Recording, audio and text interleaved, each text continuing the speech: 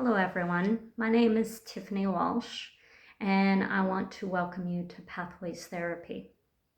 A little bit of background about myself. I am a qualified psychologist. I deal with children, adolescents, and adults. I use a wide range of therapeutic techniques to help people deal with anxiety, depression, suicidal ideation, as well as supporting those who've been bereaved by suicide. I include play therapy as well as other areas such as person-centered focus therapy. I thought today would be a good day to touch base with everyone and with school coming up. And I know there's a lot of parents out there that are not only anxious themselves about the beginning of school, but a lot of children who are also dealing with some worries as well as a bit of anxiety, some less than others. So I thought today that we would go over a few things that might be able to help you. So I have 10 tips to go over with you. So first of all, why do children either for the first time or maybe recurringly have anxiety whenever they start back to school? And there's quite a few reasons why this can happen, okay? So one thing that they may cause a bit of worry is if they're in a transitional time as far as school goes. So this could be a child going into junior infants for the first time, so new school. They've come out of preschool, now they're going into junior infants. Or they could be going into another class, such as I find that a lot of children kind of struggle when they're going into first class. The fear of the extra work they may have, the fear of a different teacher. Every classroom is managed differently by each teacher, and it comes down to different personalities and learning how that person may run their classroom and what they would expect from different children. Also, you run into social issues. Maybe they're worried they're not going to have any friends in this class, or they haven't seen their friends all summer, so now they're a little worried, are those connections still going to be there? So I have 10 tips to give here. And hopefully by the end of this will give you a little information as well as power in handling school drop-offs. So the first thing we can do as parents to help our children is to be aware of our own anxieties and stress levels around school time.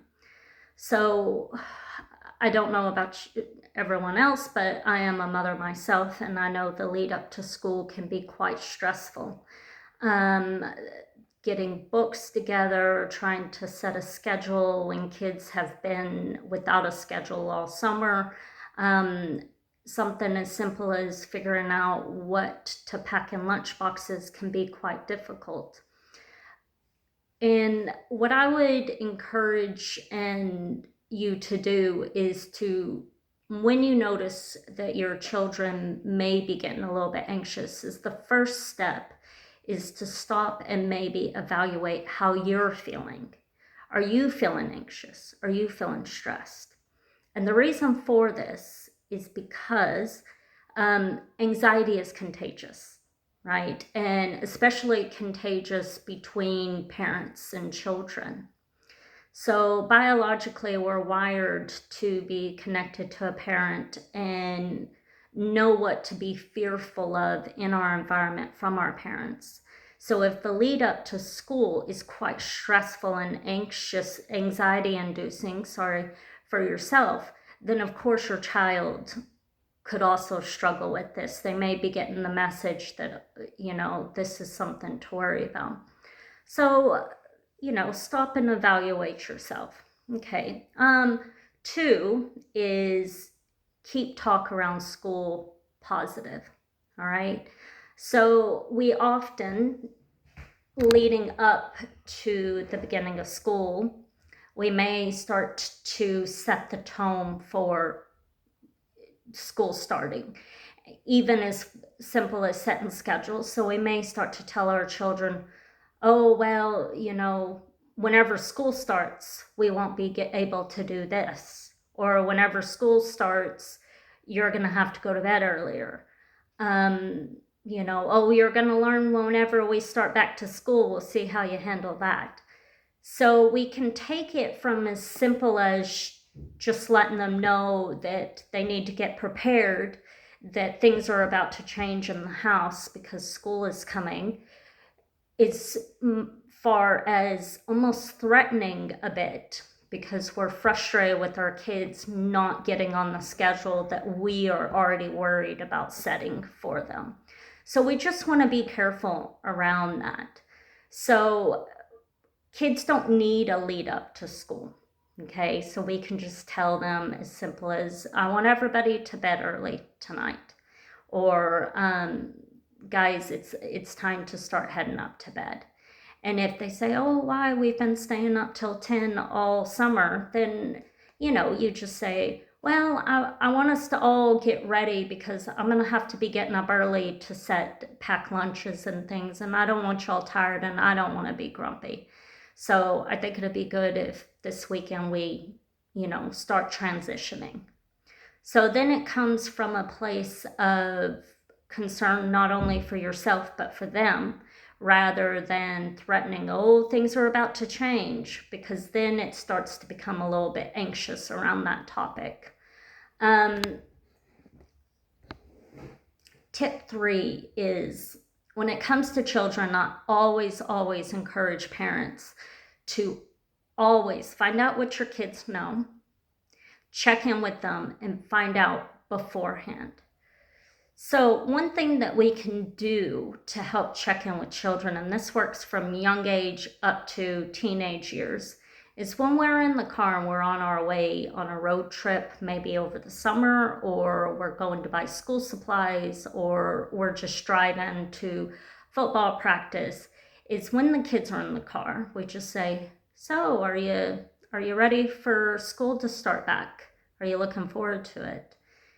That very easily opens up the conversation around how the kids are feeling.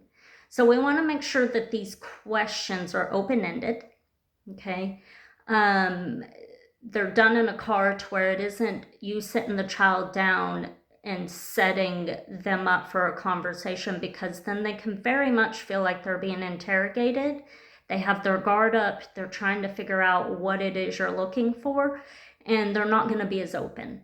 Or in the car, they're not making eye contact with you, they're in the back seat, you're in the front seat, and it's just an everyday conversation. Open-ended questions would look like, instead of saying, are you nervous about this math class? I know you're going to be doing some geometry. Are you worried about that? As opposed to instead saying, do you have any idea what you're going to be doing in math this year? The reason why we word it and phrase it that way is, if you're a child and a parent goes, oh, are you worried about this geography? That already insinuates that you as a parent is worried about this, and that the child should also be worried about the work level, So we never want to say, oh, going from into first class, you're going to be doing a lot more work than you were last year. So you're going to have to get your schedule together and we'll have to be doing homework. There's no need for that.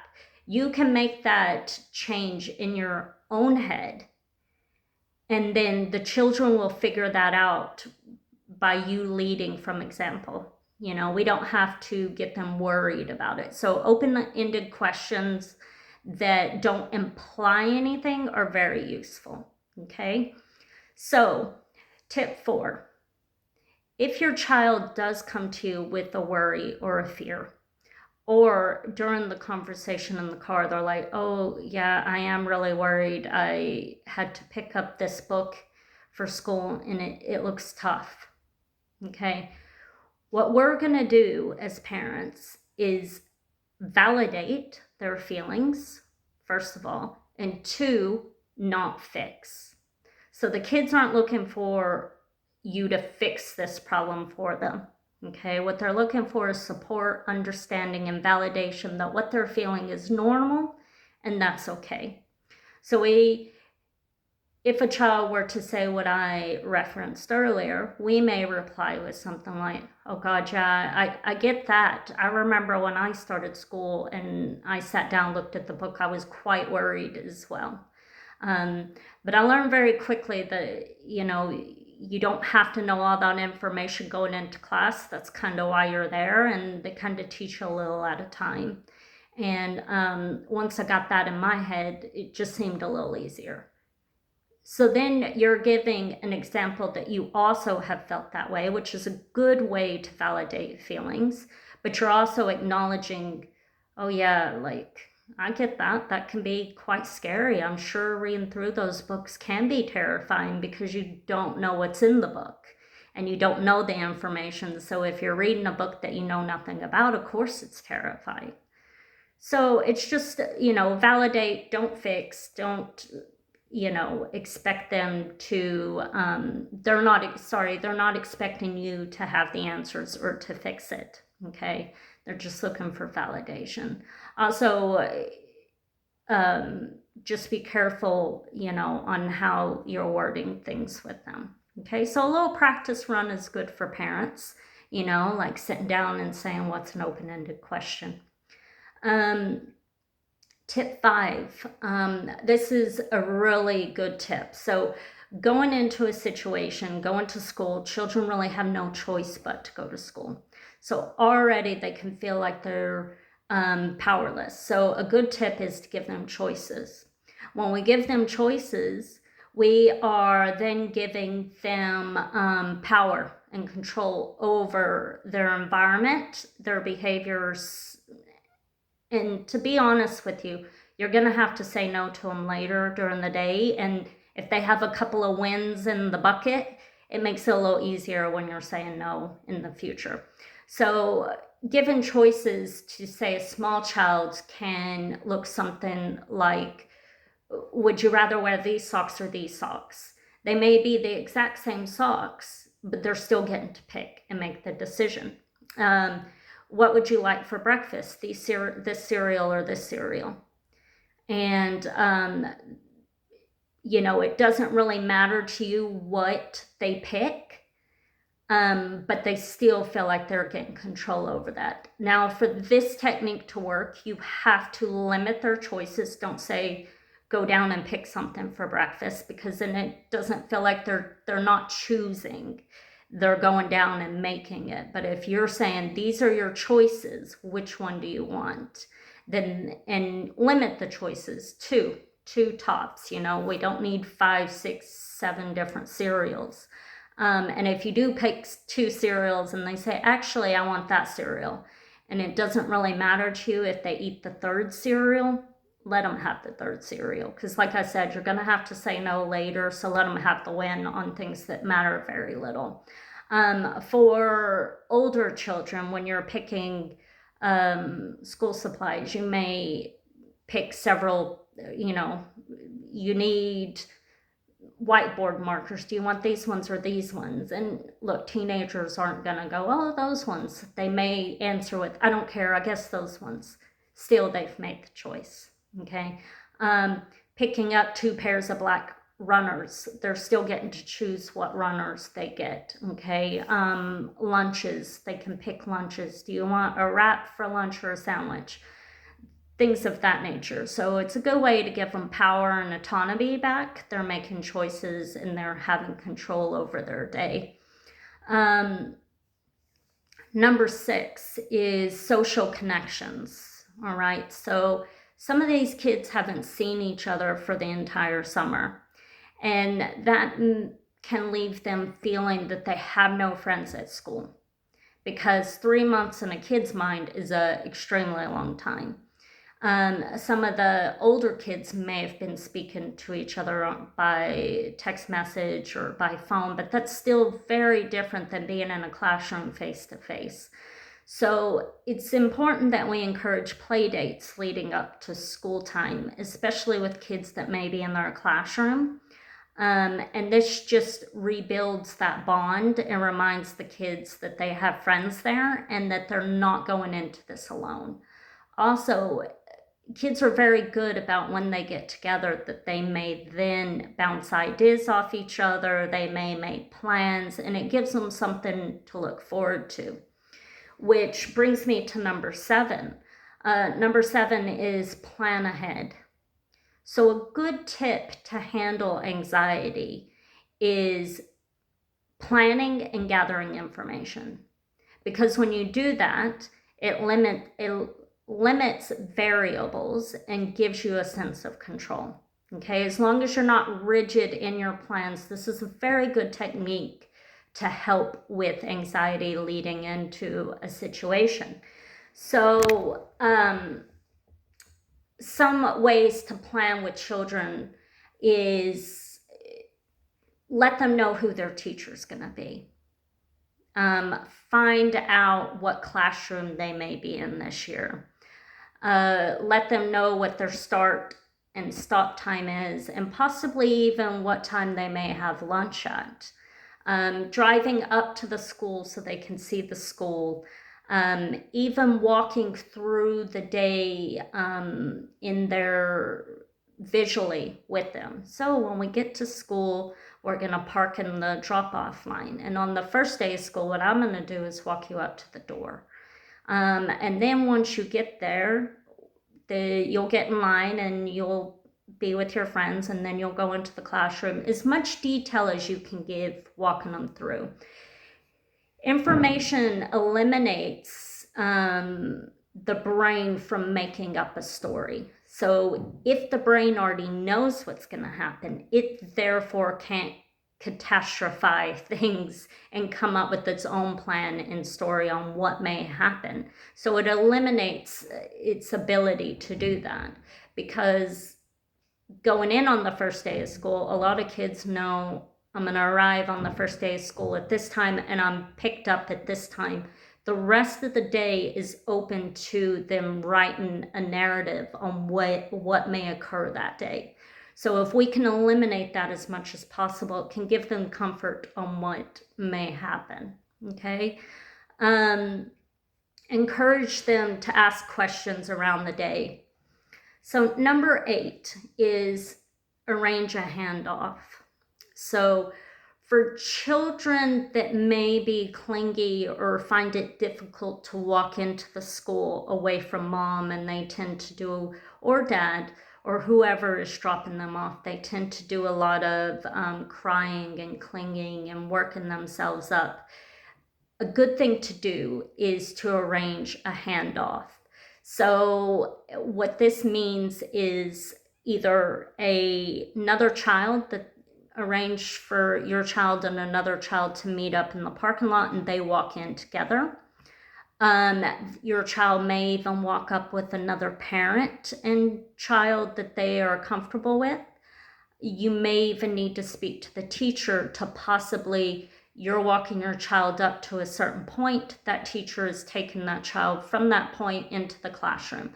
So you will walk the child up to a certain point, whatever that child is comfortable with and you're comfortable with, and then pass them off to someone to take in.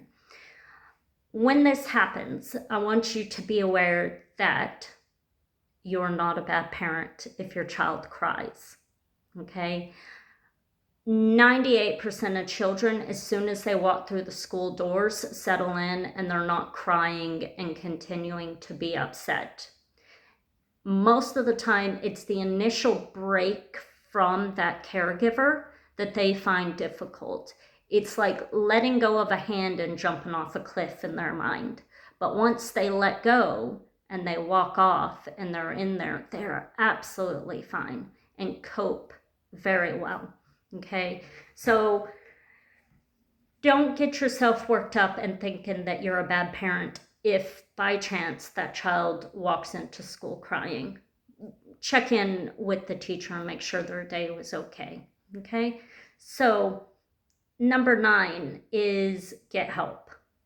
So, we need to know when a child reaches a point, or a parent reaches a point, that they need to get someone else involved and get a little assistance in handling these school anxieties. So if a child is staying consistently upset for a month and there's very little change, and I say a month, but maybe that parent, if it's 2 weeks in a row, their resources are just crashed and they just can't handle it, that is okay. Whatever your limit is, once you hit it, is when you look for help. But if you're okay dropping them off and you're not as impacted, but your child still is struggling after a month, you definitely need to get them help. Some signs that a child may not be coping well is if they're going and crying, but once they're in school, they're okay. But when you pick them up, this child is consistently having meltdowns at home, meltdowns in the car. They are struggling in the home as soon as they get home. That's a good indication that that child has the ability to mask in school, but they're still not coping. They're just able to mask the symptoms until they get to a place that they feel safe, and then they are melting down. Okay, so if this is happening, then it's time to first talk to the school and see if there's anything they can do to help you. And you explain how they're behaving at home. They can tell you how they're behaving at school. And then together as a team, you could come up with a plan on something that may work and help relieve some of the stress and anxiety for that child, as well as the family. Because just because a child is behaving in school doesn't mean that school day isn't impacting that child. And that's important to take into account, okay? If the school is no help, or you feel that nothing is changing, then it's time to obviously look into either a play therapist or a psychotherapist, or something that can give that child support during this time. Okay, and I just want to assure you that a lot of time these little school anxieties, if you do have to get a play therapist or therapy for that child, these things are very situational problems and seem to be resolved very quickly in therapy if you have a good therapist. Unless there's other underlying issues, if it's specifically school related, a good therapist can resolve that pretty quickly, 5-6 sessions, with some solution focused therapy techniques. Like I said, it depends if there's other underlying issues there, or the child has something else going on. Of course, that will greatly impact how they progress during therapy. And number 10, okay, biggest one of the list, is be kind to yourself. All right, we're all learning, and I'm sure that you will hear this list and think, oh my God, I did that and I shouldn't have done that. That's fine. Kids are resilient. Okay, we can go back and fix things, and we can go back and set new goals and set new boundaries and set new techniques that will help that child. So I don't want you to think that if you've done something on this list that I have listed, please know that that does not mean that this is your fault and this child is now dealing with school anxiety because of that. The child was already prone to school anxiety. All right, so let's be kind to ourselves. All right. I think school days are just as hard on parents as it is for kids. It's really stressful to think that we are taking something that we find so precious and handing its care off to, I mean, essentially an institution that we are not in there watching what's happening. So, of course, we're all going to be a little nervous and anxious about that, okay? A child's secondary role model for a lot of them, their first role model is their parents and family. Their secondary role model is going to be teachers, and their third will then be peers, okay? So that they come in contact within a lifetime. So of course it's a huge responsibility for teachers, but it's also a huge trusting practice for parents. So please be kind to yourself. If there's any other questions or any comments or anything I can help you with, please contact me or leave a message here. I'd be happy to help anybody out that I can. All right. Thank you. Thank you for listening. Bye.